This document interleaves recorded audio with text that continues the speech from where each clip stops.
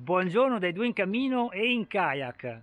Ma non dobbiamo mica andare in kayak oggi? E dove andiamo in kayak vestiti così, Ah, è per questo che c'è Tarcisio. Eh sì, Ciao oggi Tarcisio, è dove terza si va? tappa le vie dello Sarelle. Da Montello, siamo a Montello, a Sarnico. Ok, Andiamo. camminiamo. Camminiamo.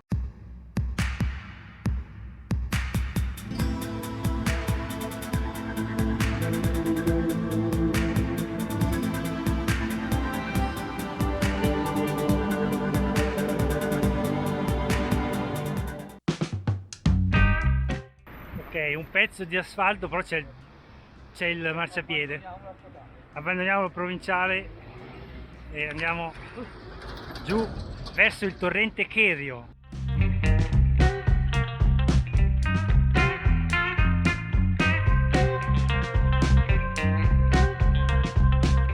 E siamo di fianco al Cherio, al torrente Cherio, che abbiamo già incontrato sul cammino di Carlomagno. E ora siamo là sopra, dietro Carrovio degli Angeli.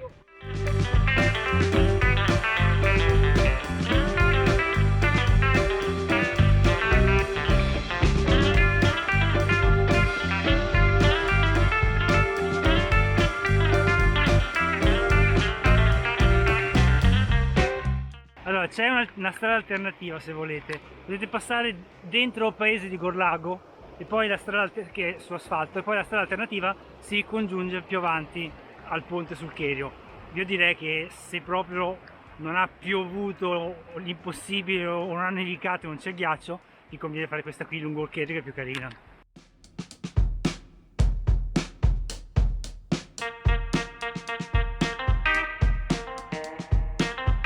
Adesso via delle Sorelle. C'è il timbro della via delle Sorelle.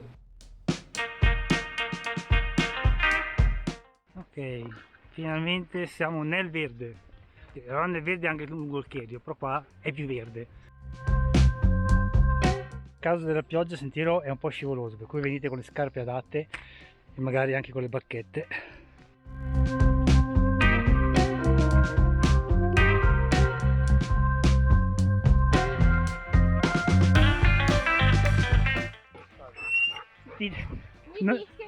Non è il cane che ha imparato a fischiare, è che ha il collare che mette un suono, un beep a intervalli regolari. Voi pensate, cavolo, c'è un cane che fischia. È un bel trucco da insegnare al cane, a fischiare. Un ostacolo a dimensioni di pellegrinetta, eh? Dovrebbero essere tutti così. Devi solo abbassare un filino la testolina. Esatto, Eccola lì, passata. Come dice che Tarcisio c'è una bassotta, quindi... Guardiamo che Tarcisio sprizza simpatia da tutti i pori. Infatti bisogna stargli lontano perché sprizza simpatia. Non per... Chiamiamola simpatia, dai.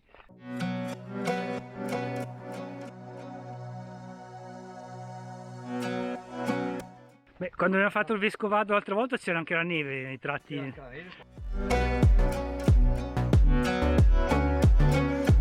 Sì. Vi lasciamo qui sotto in descrizione il link al nostro cammino completo del Vescovado. Si può fare in un giorno solo, si può fare in 2 giorni, si può fare in 3 giorni, perché ci sono le stazioni del treno e si può spezzare bene. Noi l'abbiamo fatto in un giorno solo e tra l'altro era ancora infatti era d'inverno, per cui non c'era neanche tanta luce, ma ce l'abbiamo fatta a fare tutti i 32 km con una bella salita e bella discese. È carino, in tanti pezzi comunque li abbiamo già ripercorsi qui sulla via delle Sorelle. Allora, in questo tratto del bosco, sulla via delle due sorelle, non ci sono tanti segnali, soprattutto ci sono anche pochi bolli di vernice. Perché? Perché tendenzialmente è dritta. Sì, ci sono dei piccoli sentierini che si dipartono lateralmente, ma voi rimanete su quello principale. Perché l'idea di un cammino, di come si segna un cammino, è prosegui dritto sul sentiero che stai facendo finché non trovi un segnale che ti dice di fare diversamente. Sì, allora, ci sono cammini che ogni 100 metri ti segnano anche sul dritto, però ecco, questo è un modo di viziare un po' il camminatore, perché poi dopo in altre occasioni dove la segnaletica è più carente e il camminatore si trova perso. Magari alle tracce GPS si salva con quelle, però dovreste abituarvi a ragionare in questi termini. Prosegui finché non trovi un segnale che ti dice di fare diversamente. Oh, ma non è che ci siamo persi? No, No. Siamo praticamente a fine ottobre, per cui hanno preso l'acqua, ormai non si possono più raccogliere. Ma se passate prima, verso fine settembre o inizio ottobre e non ha piovuto, potete riempirvi lo zaino di castagne qui. Come abbiamo fatto noi sul cammino d'Europa l'anno scorso, dove Giulio ha trovato anche un bel porcino, ci siamo cucinati, ci siamo fatti un bel risottino e poi abbiamo portato a casa quasi 1 chilo di castagne così. Per oggi sono, mi sembra 600-700 metri di dislivello, comunque una bella tappa, c'è tanto verde e anche nella prossima ci sarà tanto verde, poi dopo avvicinandosi a Brescia un pochino di meno, però d'altra parte.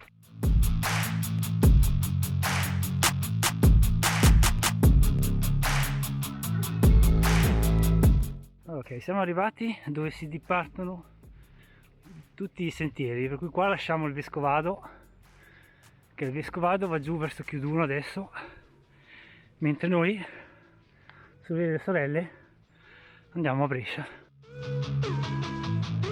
C'è il sole e ora stiamo andando verso un monte del castello, circa 600 metri d'altezza, dove essere il punto più alto che raggiungeremo oggi.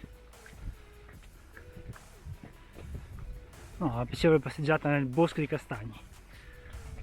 Ricordo benissimo, peccato che non l'abbiamo mai fatta.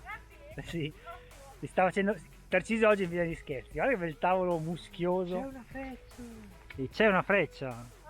Fa gli scherzetti. Fa gli scherzi Tarcisio. E noi siamo quasi Halloween, no? Dolcetto o scherzetto. Speriamo che non si apra mai la stagione di caccia al pellegrino o al camminatore, perché questa zona è tutto un fiorire di postazioni di caccia. Mi pare si chiamino roccoli. Ok, Brescia. Un po' di panorama da una cava, da queste parti ce ne sono ancora diverse. Nella prossima tappa ne vedremo una che non è più attiva da penso 50 anni, più di 50 anni. Niente, stiamo andando verso il monte del castello. È il villaggio dei puffi cacciatori questo. Guardate, sull'albero questo, qui c'è anche i riflettori, poi giù c'è il laghetto, le gagge, è incredibile, qua la caccia va ancora fortissimo. Dove stiamo andando? Guarda, come Susanna tutta panna non sei minimamente credibile, però stiamo andando a Pitù in effetti. Il Pitù, però il pa non c'è. È il cagnolotto. Ma quello di prima? No.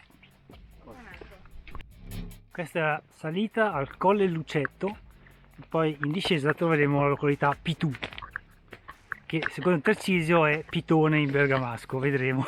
Se sapete cosa vuol dire Pitù in bergamasco e non vuol dire Pitone, fatecelo sapere qui sotto nei commenti. Anche questa è una baita degli alpini, per cui se avete fame c'è la cucina aperta, perché c'è da camminare, se no un po' di polenta e formaggi, oppure il tipico piatto bergamasco, polenta e pitone. Esatto.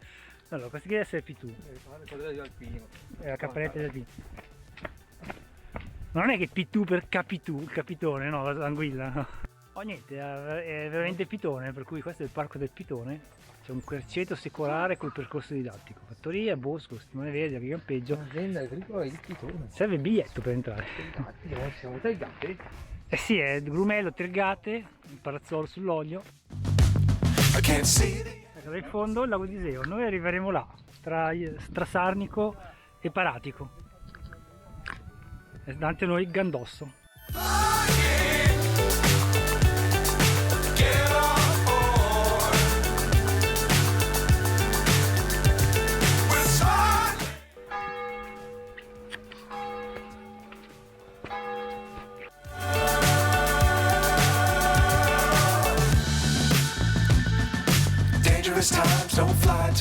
Vabbè, c'è un po' di asfalto dopo Gandosso, però vedete che è un posto tranquillo.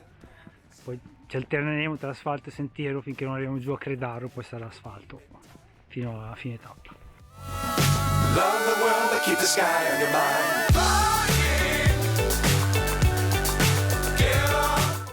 È una tappa che è anche abbastanza adatta a essere percorsa anche col caldo in estate, perché è quasi tutta all'ombra.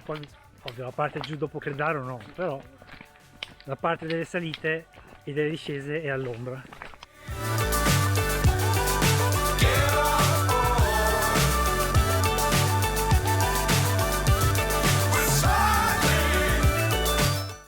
altro appostamento fisso di caccia. La leggenda narra che qui in questi appostamenti fissi di cacciatori ci siano gli ultimi irriducibili, proprio come tipo i giapponesi che dopo la seconda guerra mondiale hanno continuato per 20 anni a nascondersi nella giungla. E allora, secondo la leggenda ci sono cacciatori che sono qui da 15 anni senza mai essere tornati a casa. Si vede che c'era una moglie che rompeva le scatole e allora si sono andati alla macchia.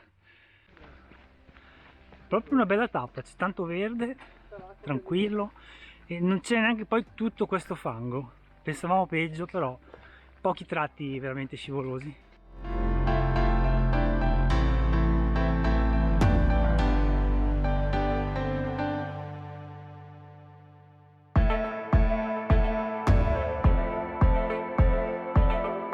No, non siamo arrivati, però siamo scesi a Monte Croce e qui c'è un bel tavolino con le panchine, mi sa che ci fermiamo a pranzare.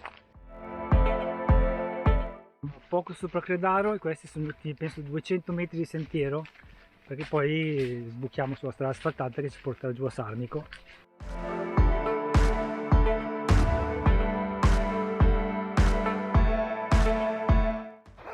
Fate caso ai piani, guardate quanti ertici e materiali per la vendemmia.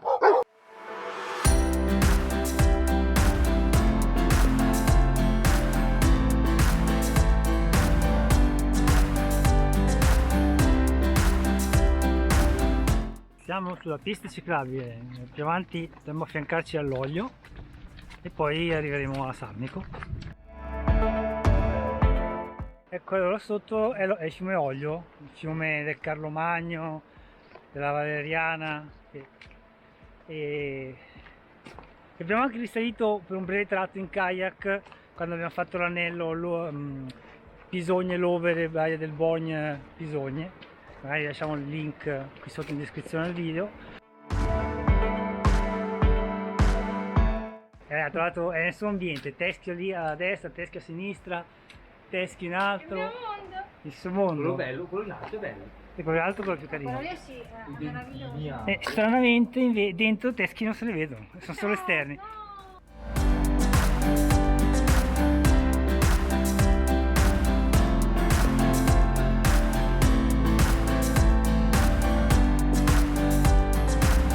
Contro Marlborough Crudele ragione non vale, nemmeno l'eccesso di dignità papale. Questo è San Sebastiano, San Martino, c'è anche scritto in italiano. No. Guarda qua, San Rocco. della peste.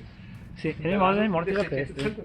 Anno 1903. Questa è la Erano i salti che andavano di moda ai che San Rocco spaccava, ti proteggeva dalle malattie. Siccome non c'erano ancora gli antibiotici, C'era San Rocco. c'era San Rocco. Guardate che bello il colore dell'olio là, dove è poco profondo. E mi sa che noi passeremo su quella passerella nella prossima tappa, forse. A sinistra Sarnico, a destra Paratico. Arrivati a Sarnico. Su quel ponte saremo più o meno a metà del cammino tra Bergamo e Brescia, e di qua provincia di Bergamo, dall'altra parte del ponte provincia di Brescia, per cui la prossima tappa, oppure possiamo anche farlo adesso, facciamo una corsa fino là e passiamo subito in un'altra provincia per dire che abbiamo toccato due province della stessa tappa. E niente, la nostra tappa di oggi termina più o meno qui, siamo a Sarnico, andiamo a fare un giretto sul lungolago e poi si torna a casa. Se vi è piaciuto il video, non so, seguiteci, mettete un like, iscrivetevi al canale, supportateci. La prossima tappa inizierà da lì. E ora si va a casa, che dici? La birretta me la vedo. Lei si beve per la birretta, ma invece si va a casa. Uffa!